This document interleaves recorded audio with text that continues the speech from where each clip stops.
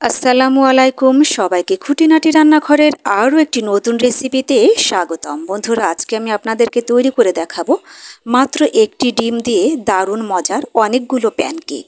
তো আমি একটি বাটির মধ্যে একটা ডিম ভেঙে দিয়ে দিচ্ছি। ডিমটা কিন্তু অবশ্যই রুম টেম্পারেচারে থাকতে হবে। এবার আমি এর মধ্যে দিয়ে দিচ্ছি আধা কাপ চিনি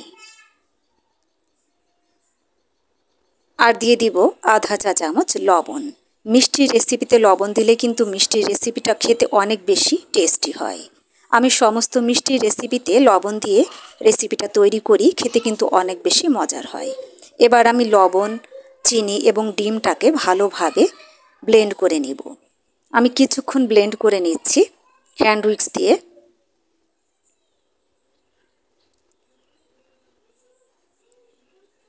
খুব সাবধানে আস্তে ধীরে মিশ্রণটা ব্লেন্ড করে নিতে হবে। এবার আমি দিয়ে দিচ্ছি 1 চা চামচ ভ্যানিলা এসেন্স। ভ্যানিলা এসেন্সটা এই জন্য দিলাম ডিমের যেন কাঁচা গন্ধ না থাকে। খুব ভালোভাবে মিশ্রণটাকে আমি গুলিয়ে নিচ্ছি হ্যান্ড উইক্স দিয়ে। বন্ধুরা, আমার ভিডিওটি ভালো লাগলে অবশ্যই একটি লাইক দিতে ভুলবেন না। দেখুন, আমার মিশ্রণটি কিছুক্ষণ আমি ভালোভাবে ব্লেন্ড করে নিয়েছি। এবার আমি একটি চালনির মধ্যে দিয়ে দিব শুকনো উপকরণ। আমি 1 কাপ আটা দিচ্ছি, আপনারা ময়দাও দিতে পারেন। আর দিয়ে দিচ্ছি 1 টেবিল চামচ গুঁড়া দুধ।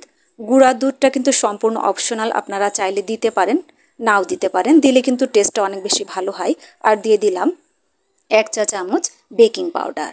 এবার আমি শুকনো উপকরণগুলো চালনি দিয়ে চেলে বাটির মধ্যে দিয়ে দিচ্ছি। শুকনো উপকরণগুলো চেলে দিচ্ছি এজন্য ব্যাটার তৈরির সময় যেন ভিতরে কোনো লাম্পস না থাকে, যেন দলা দলা না হয়। দেখুন, এবার একটি হ্যান্ড উইক্স দিয়ে আমি ভালোভাবে মিশ্রণটাকে গুলিয়ে নিচ্ছি। খুব সাবধানে ধৈর্য নিয়ে এই মিশ্রণটা তৈরি করতে হবে, তবেই কিন্তু প্যানকেকটা খেতে অনেক বেশি মজার হবে এবং পারফেক্টভাবে তৈরি হবে। দেখুন, আমি কিছুক্ষণ গুলিয়ে নিলাম। এবার আমি অল্প অল্প করে লিকুইড দুধ দিয়ে দিচ্ছি।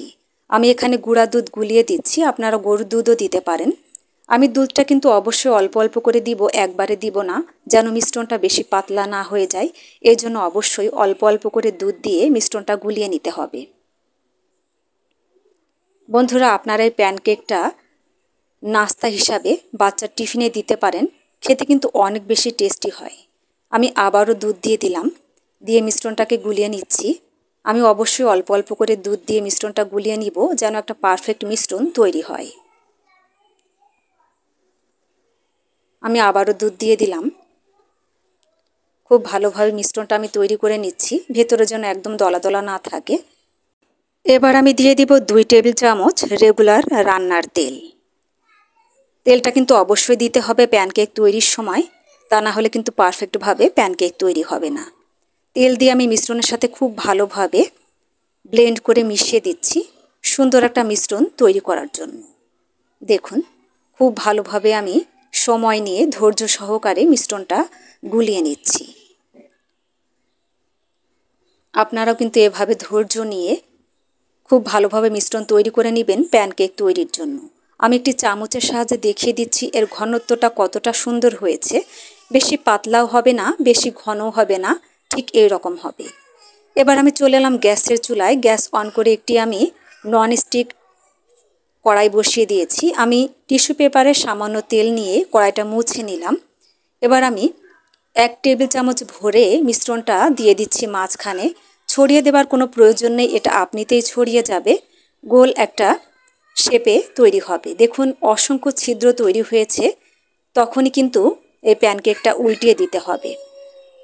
আর গ্যাসের জালটাকে অবশ্যই কিন্তু লোতে রাখতে হবে, তা না হলে কিন্তু বেশি পুড়ে যাবে।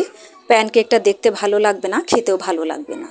আমি একইভাবে আবারও দিয়ে দিলাম মিশ্রণ। দেখুন, এটাও কিন্তু অনেক ছিদ্রযুক্ত হয়েছে। আমি সঙ্গে সঙ্গে উল্টিয়ে দিব। বেশিক্ষণ রাখলে কিন্তু ওপাশটা একেবারে পুড়ে যাবে, ভালো লাগবে না দেখতে, খেতেও কিন্তু তিতা লাগবে। দেখুন, আমি তুলে নিচ্ছি এই প্যানকেকটা। আমি একইভাবে সমস্ত প্যানকেক তৈরি করে নেব। দেখুন বন্ধুরা, খুব সহজেই তৈরি হয়ে গেল দারুণ মজার প্যানকেক। তো বন্ধুরা, আমার ভিডিওটি কেমন লাগলো অবশ্যই কমেন্ট করে জানাতে ভুলবেন না। দেখুন আমি একটি প্যানকেক আপনাদেরকে ছিঁড়ে দেখাচ্ছি। এটা কিন্তু অনেক বেশি সফট হয়েছে আর খেতেও কিন্তু অনেক বেশি টেস্টি।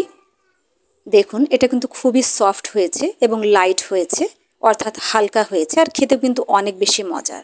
তো বন্ধুরা সবাই ভালো থাকুন, আজ আর নয়, আবারও দেখা হবে অন্য কোনো দিন নতুন কোনো রেসিপি নিয়ে। সেই পর্যন্তই সুস্থ থাকুন। আল্লাহ হাফেজ।